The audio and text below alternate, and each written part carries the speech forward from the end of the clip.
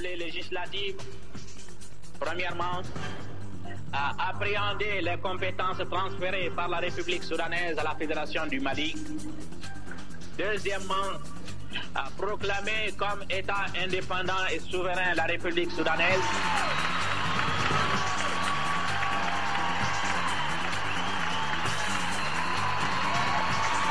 Troisièmement, à proclamer que la République soudanaise s'appelle la République du Mali.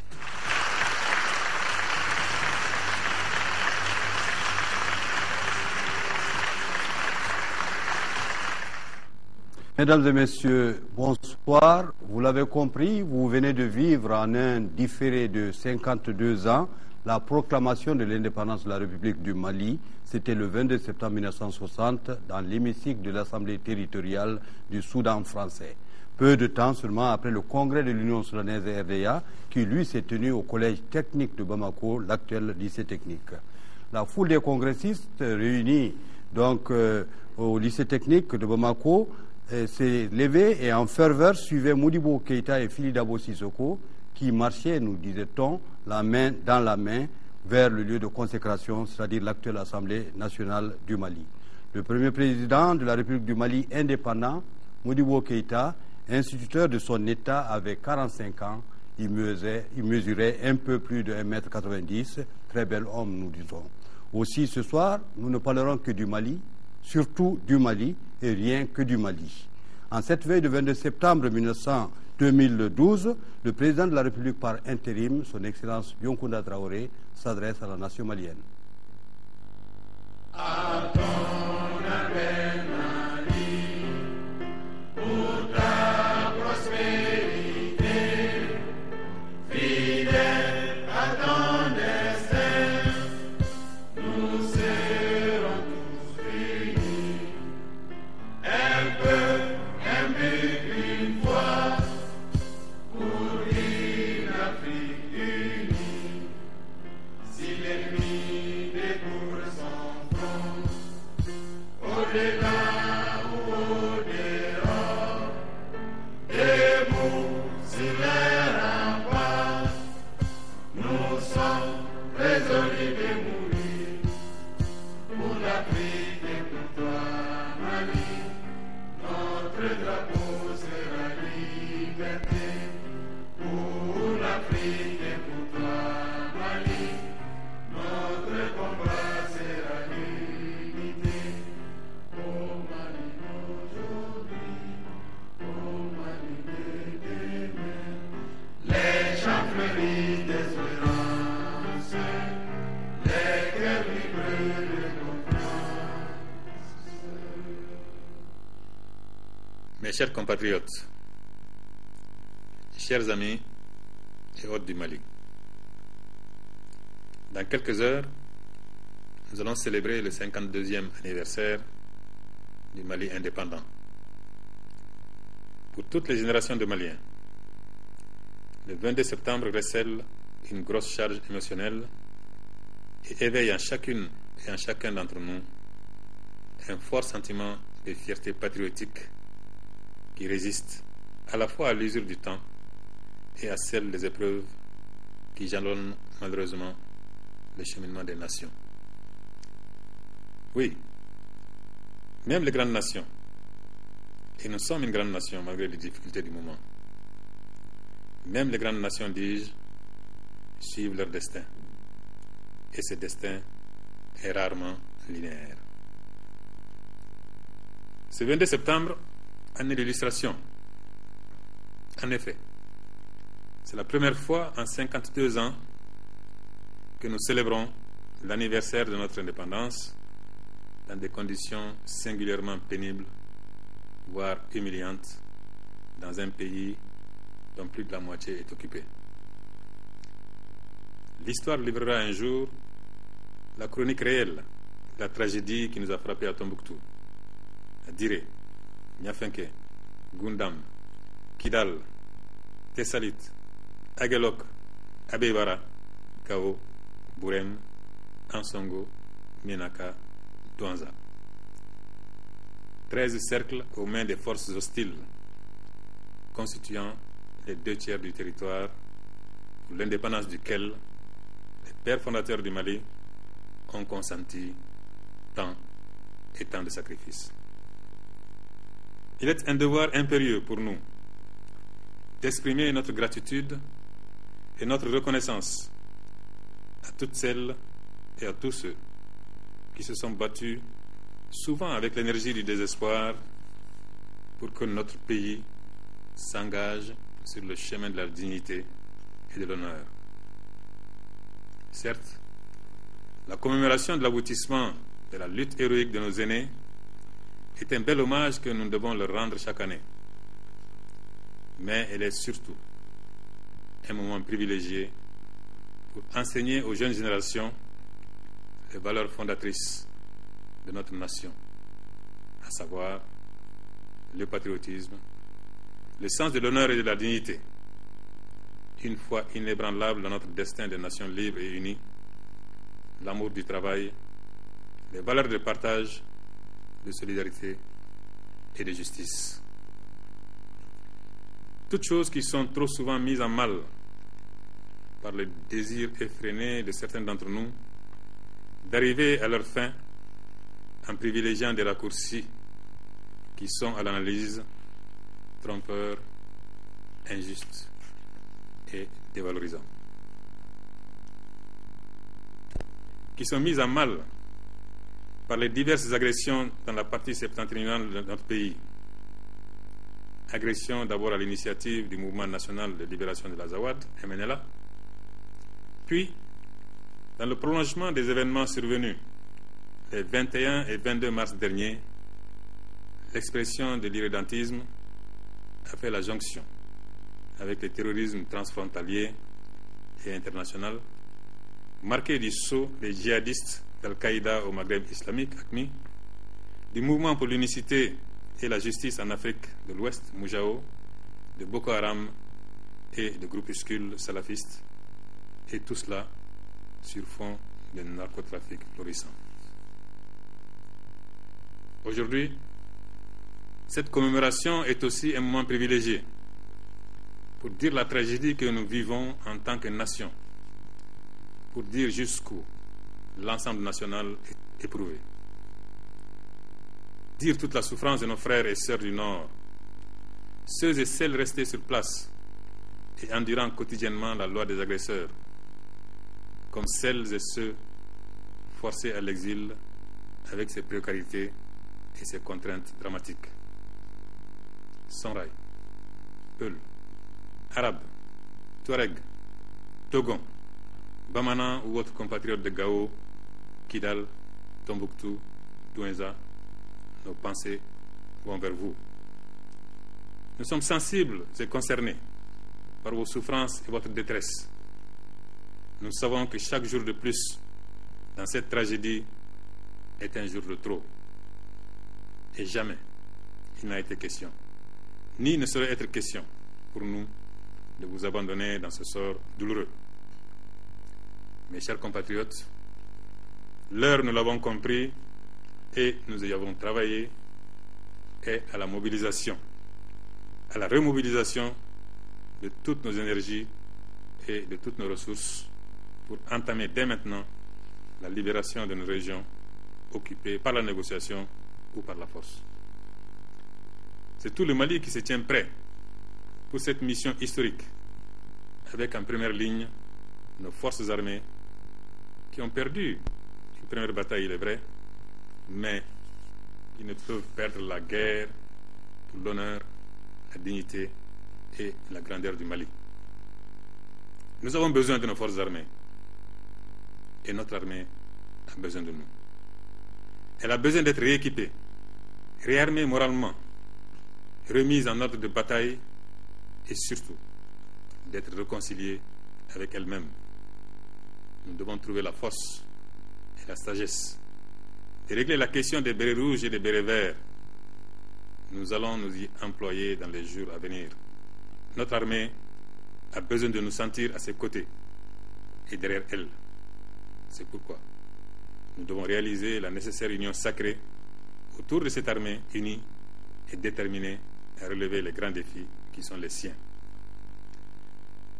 Ce sont aussi nos nombreux frères, amis et partenaires qui sont prêts à témoigner leur solidarité en ces moments lourds de défis pour notre nation qui veut rester unie sous la bannière d'une république laïque, vivant en paix et voulant la paix pour ses voisins et pour le monde. Et c'est parce que le péril est grand et multiforme, mes chers compatriotes, que nous avons décidé de saisir le président en exercice de la CEDEAO d'une requête sollicitant l'appui de l'organisation sous-régionale pour recouvrer notre intégrité territoriale. Cette requête a curieusement suscité une campagne de désinformation et des interprétations toutes plus fantaisistes les unes que les autres. D'abord, je dois dire solennellement que cette requête a été faite en parfait accord avec la hiérarchie militaire et le ministère de la Défense, et en parfaite intelligence avec le Premier ministre, chef du gouvernement. D'autre part, le contenu de la requête est en tout point conforme aux propos que j'ai tenus lors de mon investiture et dans mon adresse à la nation du 29 juillet 2012, où je disais, je cite, « Je fais entièrement confiance aux services de sécurité maliens et à l'armée malienne pour assurer la sécurité du président de la République et celle des autres institutions de la République. Les dispositions déjà prises ou envisagées pourront bien entendu être affinées et améliorées en fonction des moyens et équipements que nous pourrons réaliser. » Fin de citation.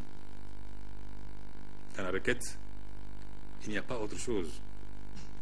Pour la sécurité des institutions de la transition, il y est demandé des équipements et des moyens formulés par l'armée malienne elle-même, et il y est précisé que le déploiement de forces de police constituées et d'unités combattantes de l'armée est sans objet.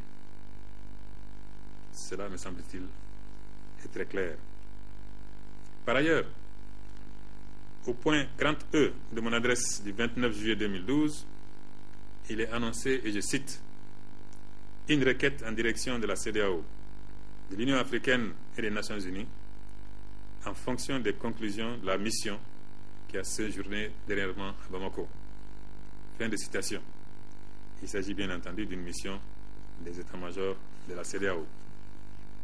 Donc, des requêtes ont été élaborées, encore une fois, en accord avec la hiérarchie militaire, et j'ai dépêché le Premier ministre Cheikh Modibo Diarra comme porteur de messages à leurs destinataires au niveau de l'Union africaine, de l'Union européenne, des Nations unies, de la France et des États-Unis. Mes chers compatriotes, puisque nous la préparons, nous ferons la guerre s'il ne reste pas d'autre choix. Mais nous réaffirmons ici que notre premier choix reste le dialogue et la négociation. Notre deuxième choix reste le dialogue et la négociation. Notre troisième choix demeure le dialogue et la négociation. C'est pour cette raison qu'à l'issue des assises nationales qui se tiendront dans les jours prochains, pour une vision partagée de la transition, de ses organes et de sa feuille de route, des contacts seront établis en vue d'engager des négociations sincères dans le respect strict de l'intégrité territoriale et de la laïcité de la République. Et j'en appelle aux groupes armés qui opèrent au nord de notre pays d'accepter de s'engager également et résolument dans la voie du dialogue et de la négociation de façon sincère et constructive. Mes chers compatriotes, le rétablissement de notre intégrité territoriale est une cause nationale. Nous avons l'obligation de relever ce défi pour léguer à la postérité un pays unifié, pacifié et réconcilié avec lui-même, avec ses voisins et le monde entier. Il doit en être de même pour l'organisation des prochaines élections, cet autre grand moment de notre démocratie.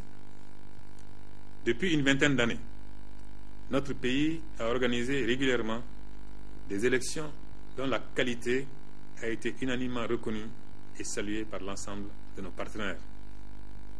Aussi devons-nous saisir l'opportunité des élections à venir pour nous convaincre nous-mêmes et convaincre la communauté des démocraties que la rupture démocratique intervenue courant mars 2012 n'était qu'un regrettable incident de parcours.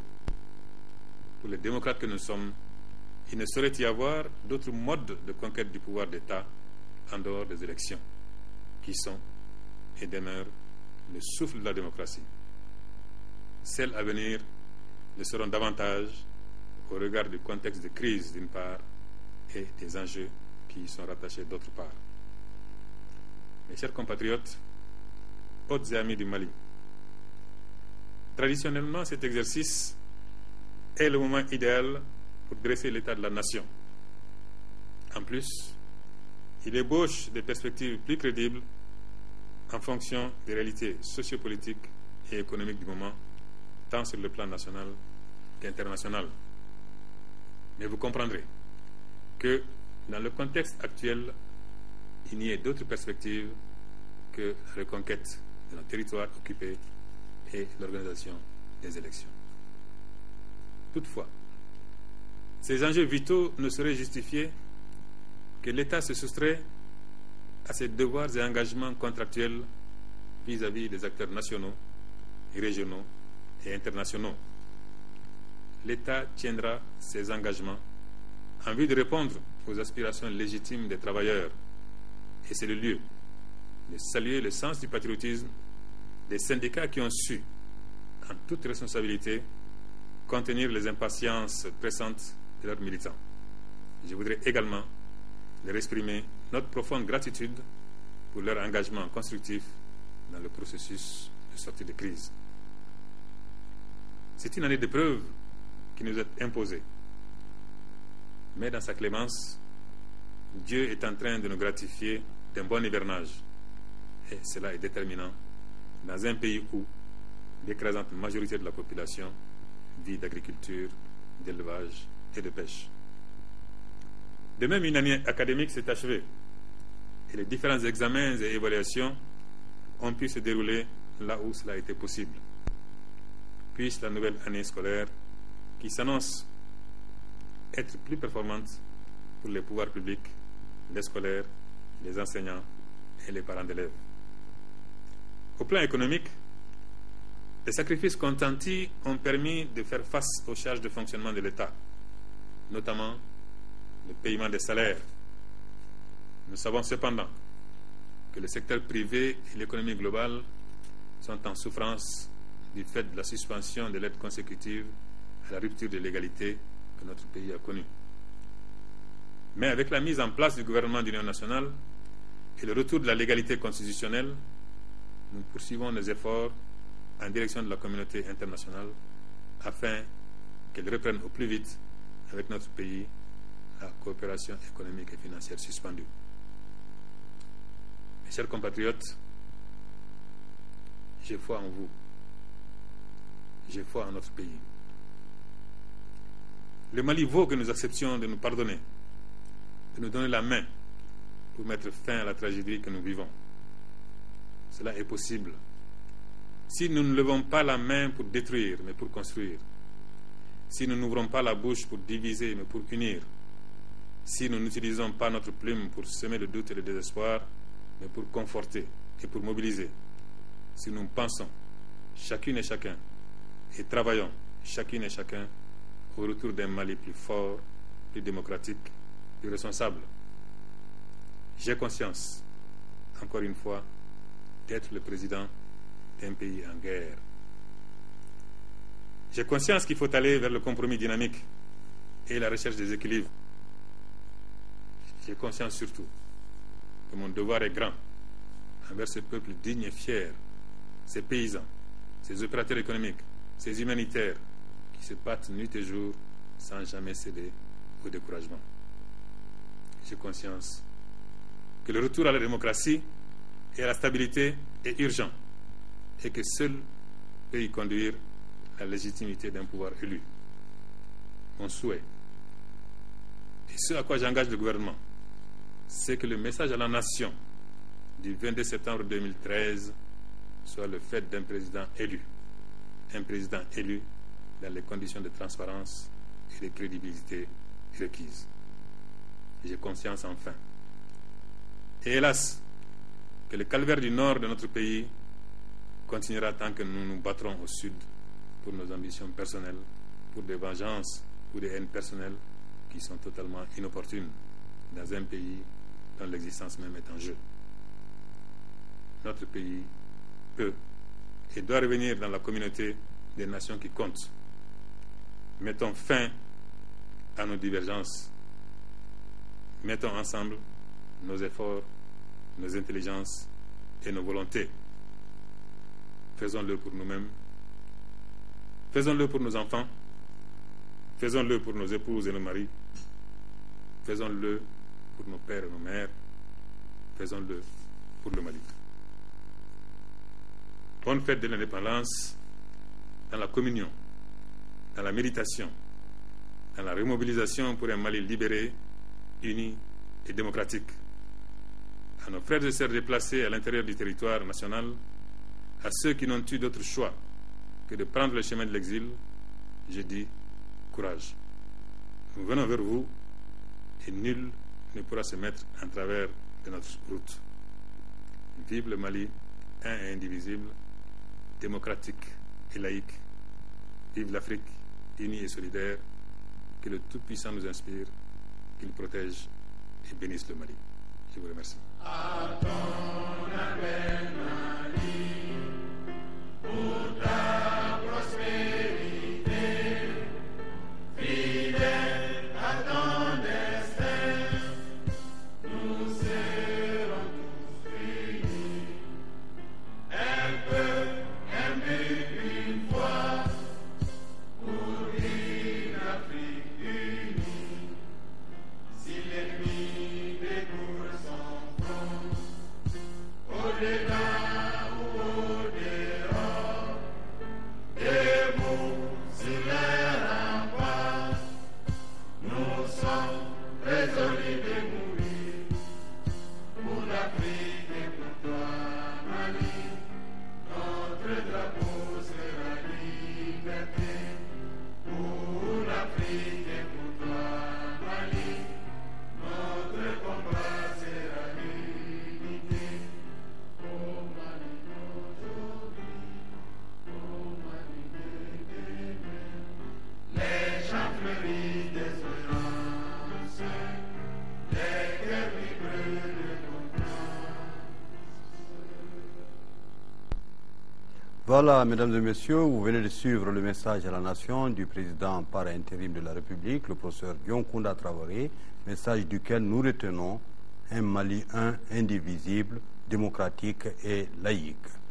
Le président de la République par intérim a travaillé cet après-midi où il a reçu plusieurs personnalités, parmi lesquelles M. Manuel Blanco, directeur Afrique de l'Ouest et du Centre, avec lequel il a été question de la situation sociopolitique de notre pays. Et quant aux investisseurs italiens ou suisses qui ont aussi été reçus par le président de la République par intérim, ils sont venus échanger avec le président Dioncounda Traoré sur leur projet de construction d'une raffinerie d'or au Mali. Ce 22 septembre 2012 vient à la suite du 22 mars 2012, une date inscrite dans les annales de l'histoire du Mali désormais.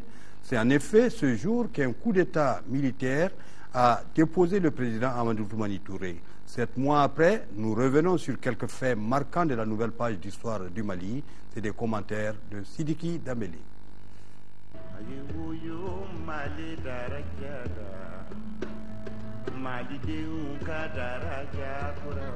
Le 21 mars 2012 est sans doute l'aboutissement d'une escalade d'événements. Les ministres de la Défense Sadio Gassama et le chef d'état-major général des armées, le général Gabriel Poudjougou, sont pris à partie par des militaires mécontents au cours d'une rencontre au camp Sundiata Keita de Kati sur l'évolution de la situation au nord du Mali. Les militaires en colère se dirigent alors vers la capitale et investissent l'ORTM qui suspend ses programmes aux environs de 15h30.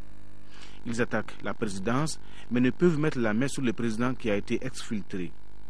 Le palais est pillé et partiellement incendié. Dans la nuit, plusieurs personnalités sont arrêtées et conduites au camp Soundiata Keïta de Kati, devenu le siège du putsch. Le 22 mars, les mutins constitués en Comité national pour le redressement de la démocratie et la restauration de l'État CNRDRE font une déclaration à 5 h du matin à la télévision nationale. La Constitution est suspendue jusqu'à nouvel ordre. Toutes les institutions de la République sont dissoutes jusqu'à nouvel ordre. Un gouvernement inclusif d'union nationale sera constitué après consultation de toutes les forces vives de la nation. Il justifie le coup d'État par, je cite, l'incapacité du gouvernement à donner aux forces armées les moyens nécessaires de défendre l'intégrité de notre territoire national. Fin de citation. Les frontières du pays sont fermées et le couvre-feu est décrété à partir de 18 h. Certains partis politiques et mouvements sociaux applaudissent, tandis que d'autres dénoncent le coup d'État qualifié de recul démocratique pour le Mali. Le 26 mars, les frontières sont partiellement réouvertes pour permettre l'acheminement des denrées de première nécessité et du carburant. Le lendemain, le couvre-feu est levé et des prisonniers politiques libérés. Les chefs d'État de la CEDEAO réunis à Abidjan suspendent le Mali de l'organisation sous-régionale et décident de l'envoi d'une délégation composée des présidents ivoiriens, béninois, burkinabés, nigériens et libériens. Leur avion n'atterrira jamais à Bamako. Le 30 mars, la ville de Kidal tombe dans les mains du mouvement national de libération de l'Azawad et d'Ansardine. Le lendemain, c'était le tour des villes de Gao et de Tombouctou. Le capitaine Amadou Aya Sanogo demande le soutien des amis du Mali. Le 1er avril, il annonce en présence des négociateurs de la CEDEAO qu'il rétablit la constitution du 25 février 1992, les institutions et promet des consultations avec les forces vives du pays dans le cadre d'une transition. 6 jours plus tard, le CNRDRE signe un accord de sortie de crise avec la médiation ouest-africaine dans lequel il s'engage à rendre le pouvoir aux civils après la démission du président de la République. Le président de l'Assemblée nationale assurera la transition. L'accord prévoit la nomination d'un premier ministre de transition, une loi d'amnistie contre les auteurs du coup d'État. Les choses s'accélèrent. Le 8 avril, la CEDEAO décide de lever toutes les sanctions prises contre le Mali et le même jour, Amadou Toumani Touré présente officiellement sa démission. Le 17 avril, Cheikh Modibo Diarra est nommé Premier ministre. Le 19 avril au soir, Amadou Toumani Touré est exilé à Dakar, au Sénégal. Le 25 avril, Cheikh Modibo Diarra forme un gouvernement de transition de 24 membres, composé surtout de techniciens et des militaires. Le 30 avril, la radio-télévision est attaquée aux environs de 19 h, ainsi que les camps militaires de Kati. La population vit une nuit d'affrontements violents à l'arme lourde, notamment entre bérets verts et bérets rouges. Plusieurs morts sont à déplorer. Les négociations entre les pouvoirs de Bamako et les rebelles du Nord semblent inexistantes et l'intégrité territoriale n'est toujours pas restaurée. La tension monte de nouveau. Le 21 mai, le président de la transition, le professeur Dionkounda Traoré, âgé de 70 ans, est agressé très violemment par des manifestants opposés à son maintien au pouvoir. Éprouvé physiquement, il part pour Paris le 23 mai, officiellement pour des analyses médicales complémentaires. Le 5 juin, une enquête pour tentative d'assassinat est ouverte par la justice malienne. Et c'est finalement le 27 juillet, après 64 jours de traitement et de convalescence, que le président de la République regagne Bamako. Dans son discours, 2 jours après, il annonce la mise en place d'un gouvernement d'union nationale au terme de consultations qu'il mènera lui-même. Ce gouvernement de 32 membres verra finalement le jour le 20 août 2012 avec comme mission fondamentale la reconquête des territoires occupés et l'organisation d'élections libres et crédibles. Voilà, triste épisode d'un film qui n'est pas encore achevé. C'est pour ça qu'on s'interroge sur notre avenir. Que devient Maliba? Que sont devenues nos gloires et notre fierté? Les populations se prononcent sur la crise qui secoue le Mali.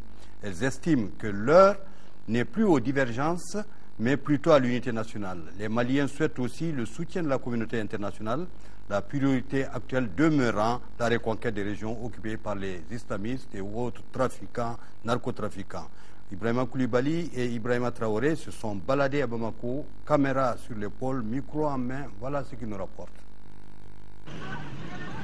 Veille du 22 septembre à Bamako, les populations vaquent tranquillement à leurs affaires. Cette atmosphère ambiante cache la triste crise que traverse le pays. La situation préoccupe de plus en plus les Maliens qui célèbrent cette année la souveraineté nationale dans un pays coupé en deux par des islamistes. Je vois même que c'est un peu triste que nous fêtons le 22 dans ces conditions-là. Le 29 septembre, c'est ma vie. C'est ma vie en quelque sorte. Comme la carte grise d'un véhicule. Une année de 22 septembre morose, dans la mesure où nous traversons une crise. Et cette crise déborde même le Mali aujourd'hui. Les Maliens tiennent à leur patrie. Illustration parfaite, le drapeau national flotte partout à travers la ville. Aujourd'hui, le peuple n'aspire qu'à la reconquête des régions occupées et au retour rapide de la paix.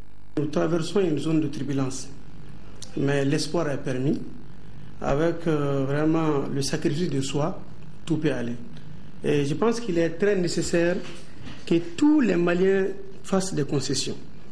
Parce qu'il ne suffit pas d'aimer le Mali dans le discours, il faut l'aimer pratiquement. C'est-à-dire poser des actes qui prouvent que réellement on aime le Mali. Il y a des gens vraiment qui sont pessimistes, qui disent que vraiment la situation ne fait que détériorer davantage. Mais je l'ai dit, de ne pas perdre espoir, car on le dit, le Mali reste un et indivisible et que tout le monde doit être uni et solidaire entre eux. Moi, je voulais que la paix revienne au Mali, mais il faut que les dirigeants ici à Bamako s'entendent d'abord. Les citoyens partagent la même conviction. La résolution de la crise passe impérativement par l'unité nationale, mais les avis divergent sur l'aide de la CEDEAO et de la communauté internationale. L'armée malienne a intervenu partout en Afrique. Si nous sommes confrontés à de mêmes problèmes, nous devons accepter que la CEDEAO intervienne. Ça, c'est normal. Mais la CEDEAO n'a pas sa place à Bamako ici. La place de la CEDEAO, c'est au nord. Je pense que pour une sortie de crise, il revient aux Maliens de se donner la main, de trouver une solution à leurs problèmes. L'on comprend aisément que les Maliens restent encore très sensibles à tout ce qui se passe dans le pays. Et tout le monde estime que l'heure n'est plus au discours, mais plutôt aux actions concrètes pour faire face à l'essentiel, c'est-à-dire la reconquête du Nord. Oui, ce qui est arrivé au Mali est un incident de parcours et ce n'est pas un premier coup de vent qui peut balayer notre histoire, notre dignité et notre pays tout court. C'est en substance le contenu des messages des leaders religieux que nous avons rencontrés à l'occasion du 52e anniversaire de l'indépendance de notre pays. Dans leurs vœux et prières, ces forces vives de la nation appellent à un sursaut national pour résoudre la double crise institutionnelle et sécuritaire qui secoue notre pays. Bourama Traoré, les détails dans ce reportage. C'est un anniversaire au goût amer. Les 52 ans du Mali indépendant sont célébrés dans un contexte très difficile. Ce qui est arrivé à notre pays n'est qu'un incident de parcours. C'est une parenthèse qui va être certainement, qui va se refermer dans un temps bref. Parce que je crois en ce peuple. Je sais que le Mali peut rebondir, doit rebondir et va rebondir, Inch'Allah. Peut-on encore rêver d'unité dans la mesure où nous voyons nos frères et sœurs partir à droite et à gauche, vivre sous des tentes, vivre surtout de l'aumône des autres. C'est vrai que nous sommes un peuple de partage, de solidaires, mais qu'est-ce qu'il y a de plus terrible pour un homme que de sentir que son pain quotidien dépend de la collecte internationale et nationale, de l'aumône de l'autre. Nos vœux pour la nation malienne, c'est que nous puissions vraiment continuer à jouir de notre souveraineté nationale dans le cadre d'une république démocratique, d'une république laïque. Comme disait l'autre, les grands défis se posent au grand peuple et l'imbroglio politico-sécuritaire dans lequel se trouve le Mali ne saurait être une exception. Il faut dire que chaque nation passe par des soubresauts, des moments difficiles et que ces difficultés doivent non pas être un obstacle permanent, mais plutôt une leçon, une expérience qui nous permet de monter plus haut. Nous sommes une grande nation qui a fait beaucoup. Nous avons eu à construire des empires, de grandes civilisations. Je pense que le premier coup de vent qui va venir ne peut pas balayer le Mali. Pour redresser le bateau Mali, les leaders religieux prônent une unité dans la diversité, comme le martèle bien notre hymne national. Et que Dieu le miséricordieux vous entende. Un vieil homme presque en larmes, Bakary Kamian, le professeur pionnier de l'indépendance qui a tout vu, tout assisté depuis 52 ans, souhaite voir un Mali uni, un Mali de paix comme en 1960 où la France passait le témoin à la nouvelle République du Mali. Le professeur Bakary Kamian, à l'occasion de ce 52e anniversaire, formule ses vœux à toute la nation malienne. C'est au micro de Tiemoko Sagara. À l'occasion du 22 septembre, tous mes vœux vont vers un Mali uni, un Mali peuple en paix, un Mali réconcilié avec lui-même, où tous les enfants du pays vont se retrouver. Donc ce que je souhaite, c'est que mon pays soit parmi les meilleurs dans le monde. Je souhaite que mon pays soit très uni, que nous parlions le même langage, que nous soyons confiants les uns aux autres et que notre Mali soit un pays respecté et respectable.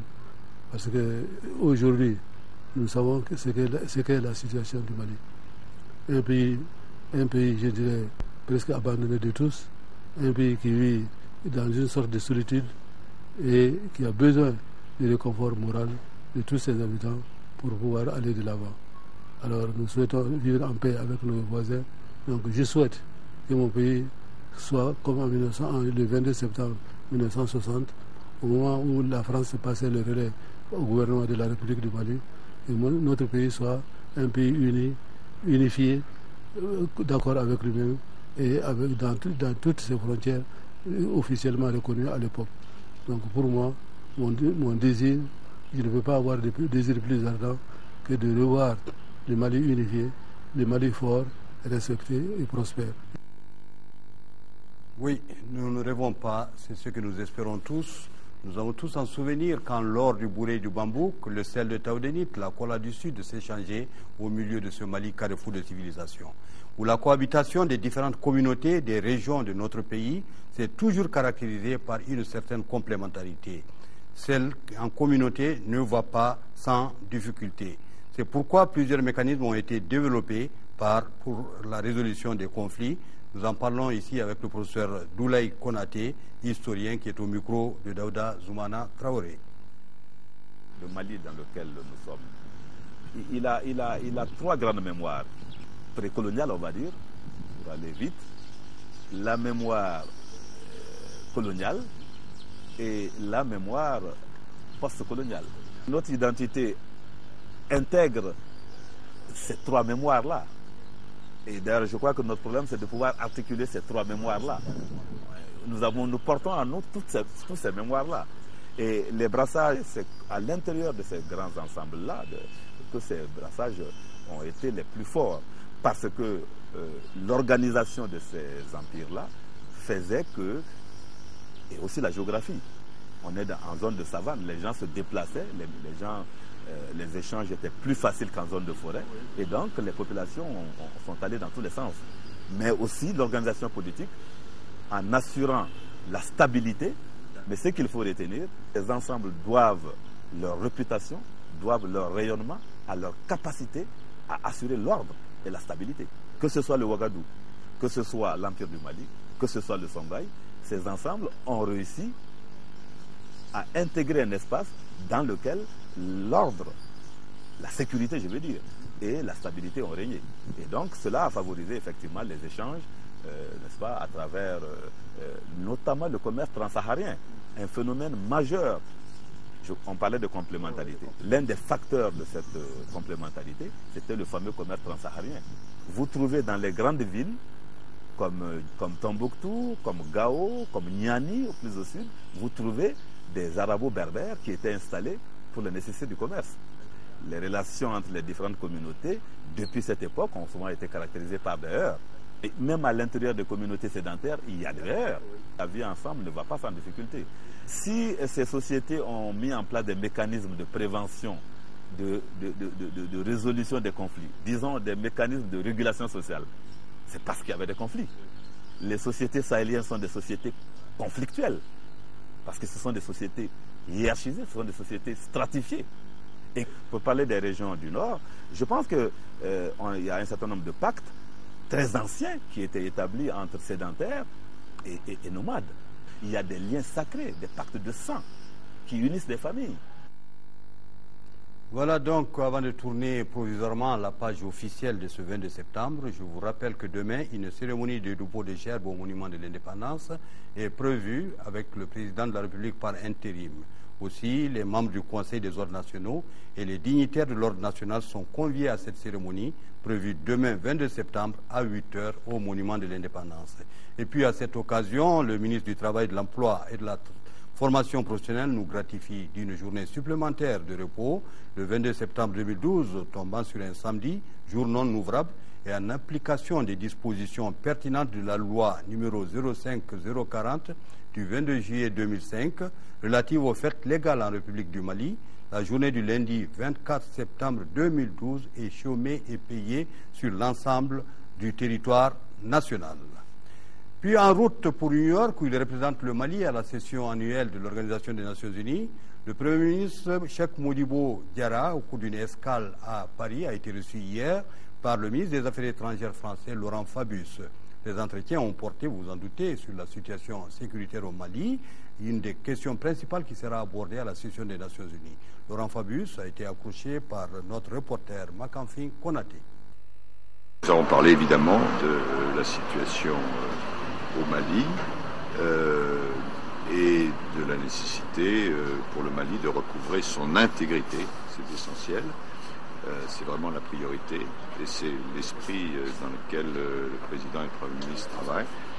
Et nous, Français, nous pouvons être uniquement des facilitateurs, il s'agit de rien de plus, mais je pense qu'il est important que toutes les forces démocratiques puissent se rassembler pour permettre au Mali de recouvrer son intégrité.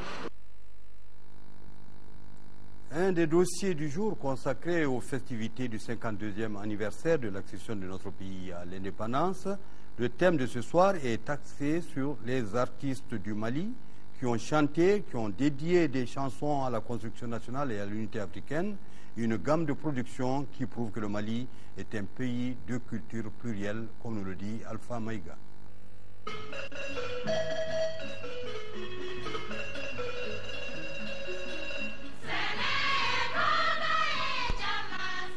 Des chansons engagées, pures et vivantes. Elles émanent des artistes maliens qui ne chantent que le Mali. De Kaï à Kidal en passant par Bamako, Koulikoro, Sikasso, Ségou, Mopti, Tombouctou, Gao. Ces productions artistiques et plusieurs autres ont un message commun, la construction nationale.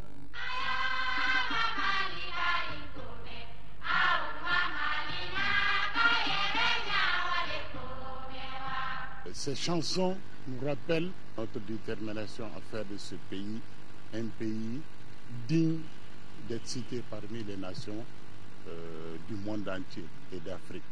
Et ces chansons ont été des chants qui galvanisaient les travailleurs, les élèves, les militaires et tous ceux qui sont dans le service de développement au Mali pour leur permettre de doubler davantage d'efforts, doubler davantage d'engagement par rapport à la construction nationale du Mali. Les artistes au Mali n'ont pas seulement chanté le Mali, leur pays natal. Véritables panafricanistes, des mélodies ont été dédiées à l'Organisation de l'Unité africaine hier, OUA, aujourd'hui Union africaine. Pour les artistes, à travers cette organisation, c'est l'espoir en vue de la décolonisation totale du continent.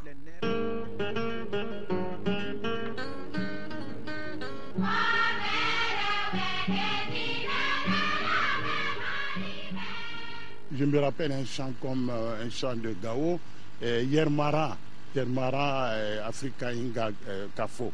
Moi, je ne suis pas de Soraï, mais j'ai retenu ce chant parce que ça prenait l'unité, la participation du Mali, le sacrifice que le Mali est prêt à accepter pour l'unité africaine. Les chants dans nos langues nationales dénotent du brassage des différentes ethnies culturelles du Mali. Un Mali pluriel, uni et solidaire, comme symbolisé ici par Fissa Meiga dans ce chant Mali Isabero ou le grand fleuve, le fleuve Niger, tout un symbole.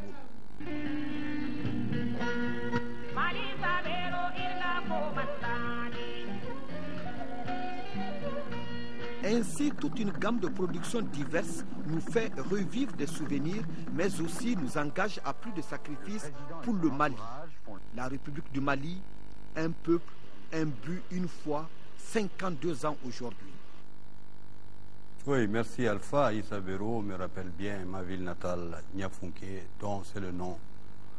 Il a une quarantaine d'années de carrière cinématographique derrière lui. Il s'agit de Souleymane Cissé, l'un des cinéastes les plus en vue au Mali et même en Afrique, pour avoir produit de nombreuses œuvres et obtenu de nombreuses distinctions, tant au niveau africain que mondial. S'il tire son inspiration du quotidien des Maliens, sur la situation actuelle que vit notre pays, Souleymane Cissé affirme, non sans regret, qu'il ne pouvait l'imaginer, même en fiction.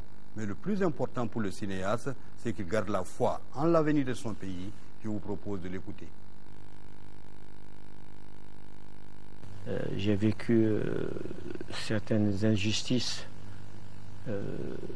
qui m'ont beaucoup touché. Et c'est à partir de ce moment que j'ai commencé à avoir ce choc de pouvoir m'intéresser au bas peuple, si je peux me permettre ainsi, de raconter leur histoire, ceux qui n'ont pas droit à la parole. C'est ainsi que nous avons fait ce premier long métrage de fiction sur une jeune fille de 15 ans muette qui est réellement, qui vit, mais qui n'a pas droit à la parole, donc qui doit subir toute sa vie. Et ça me fait penser au Nord aujourd'hui, ce que nos sœurs, nos épouses, nos mères surmontent aujourd'hui. Et ce que nous voyons dans ce petit film d'Emosso, qui, avec toute sa dignité de femme, tellement trahie par la société, qui pense que la seule solution, c'était de poser la question, est-ce que la vie doit s'arrêter là? Et c'est exactement la période que le Mali vit aujourd'hui. Nous devons savoir que le Mali, on ne peut pas l'arrêter, son histoire. Et tous ceux qui pensent que le Mali s'arrête là, puisque, excusez-moi, je suis obligé d'en parler, puisque c'est des faits qui m'ont fait... C'est des faits que je ne pourrais jamais exprimer ce que j'ai vécu pendant ces 6 mois. Et c'est une douleur qui est inqualifiable. Et je ne pense même pas, même en faisant une fiction, qu'on puisse le sortir. Mais ceci dit, j'ai fort conviction que le Mali surmontera, parce que il y a eu toujours des femmes et des hommes dans ce pays pour surmonter tout ce qu'il y a comme obstacle. Oui, ému le doyen, il y a certainement de quoi. Nous allons maintenant parler de nous. Le saviez-vous? Votre télévision nationale a exactement 29 ans aujourd'hui et c'est votre serviteur qui en fut le premier présentateur. C'était un 21 septembre 1983. Oui, les temps se confondent. Nous étions à la veille du 23e anniversaire de l'accession du Mali à l'indépendance, quand notre télévision a lancé ses premières émissions au grand bonheur de nombreux téléspectateurs. Et un peu plus d'un quart de siècle après, Sori Ibrahima Keïta revient sur cet événement à la faveur justement du 52e anniversaire du Mali indépendant et en guise d'hommage à certains artisans et grands témoins de l'histoire télévisuelle du Mali. 22 septembre 1983, 22 septembre 2012. Notre télévision nationale a 29 ans.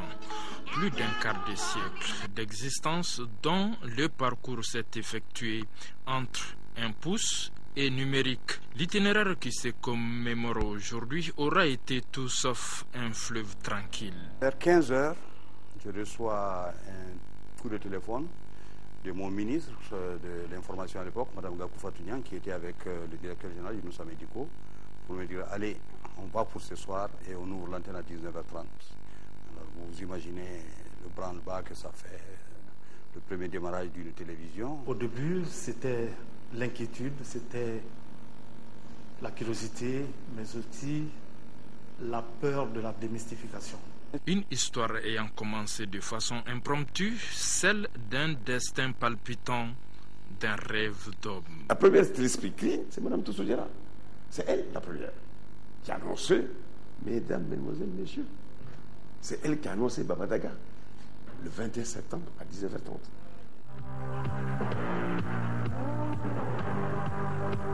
Tout est parti de cet après-midi de la veille du 23e anniversaire de notre indépendance où les tout nouveaux téléspectateurs se précipitent sur les quelques rares petits écrans pour découvrir les visages des journalistes, animateurs et autres artistes ainsi élevés au rang de véritables stars par l'effet du nouveau médium.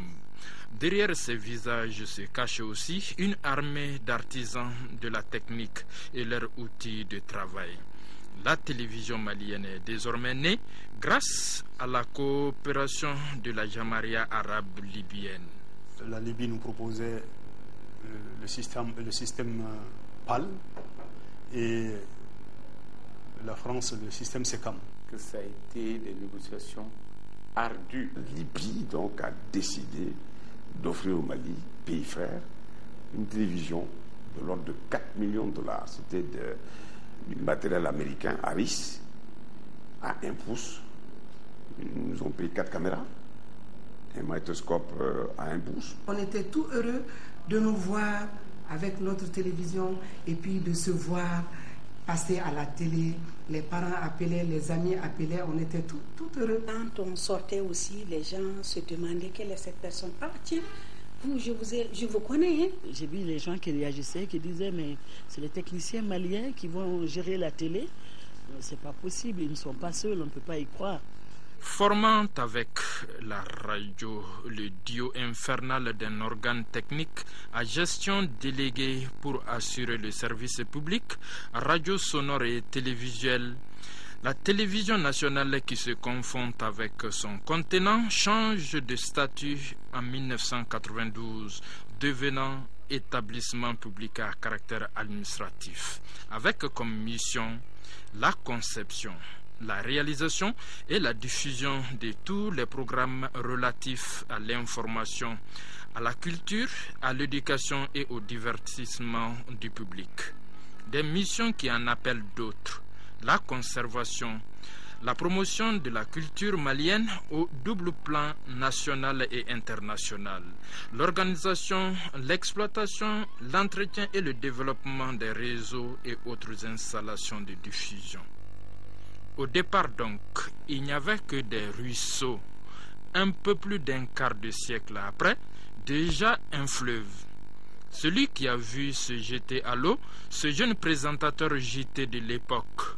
Revoilà Baba Daga sorti du bain révélateur de cet autre 22 septembre. Relouqué certes, mais jamais blasé. Les larmes en viennent aux yeux. Ça ne nous rajeunit pas du tout. J'ai une pensée profonde pour nos compagnons tombés sur le champ de l'honneur entre autres Lamine Coulibaly, l'ingénieur Sékou Coulibaly. Maintenant, nous pouvons faire peut-être une balade dans notre capitale, Bamako, qui ne se distingue plus par ses gros caïcédras quand on l'appelait Bamako la coquette. Caniveau bouché, route impraticable en bien des endroits, là on n'évite pas les trous, chacun choisit son trou. La circulation ressemble à une danse de perclus, et puis, vous le savez peut-être, entre la colline du pouvoir, Koulouba, la colline du savoir, Badala, Bamako a une troisième colline, celle des déchets et des dépotoirs. Dans la mêlée, on circule comme un peu, avec ou sans casque. Monsieur le maire et conseillers municipaux, Aïssa Ibrahim Maïga vous souhaite un bon appétit.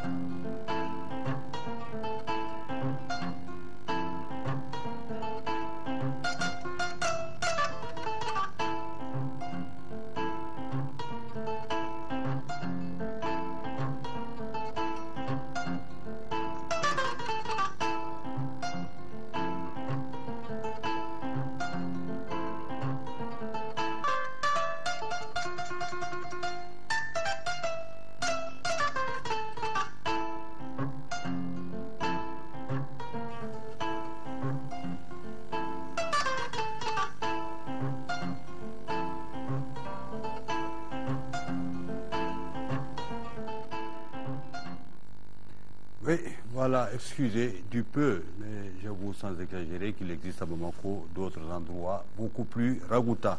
Nous n'allons pas fermer le journal par ces images, mais par un cri de cœur dans un chœur chanté par 30 enfants en 8 langues de notre pays.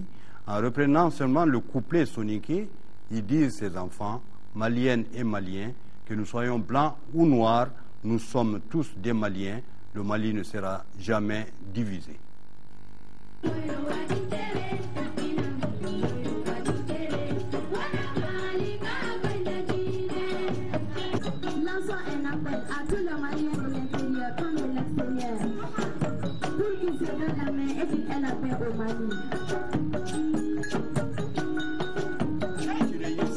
L'association pour un changement global qui sera lancée demain au cinéma Babemba à 15h30. Là finit ce journal spécial 22 septembre 2012. Je remercie tous ceux qui m'ont aidé à le réaliser. Je vous retrouverai au prochain hasard. Mais d'ici là, après ce journal, un documentaire, le Mali 1960, un documentaire témoin de l'indépendance du Mali, réalisé par Alaouaï Touré, et le film long métrage Minier du réalisateur malien Souleymane Cissé, que Dieu bénisse le Mali.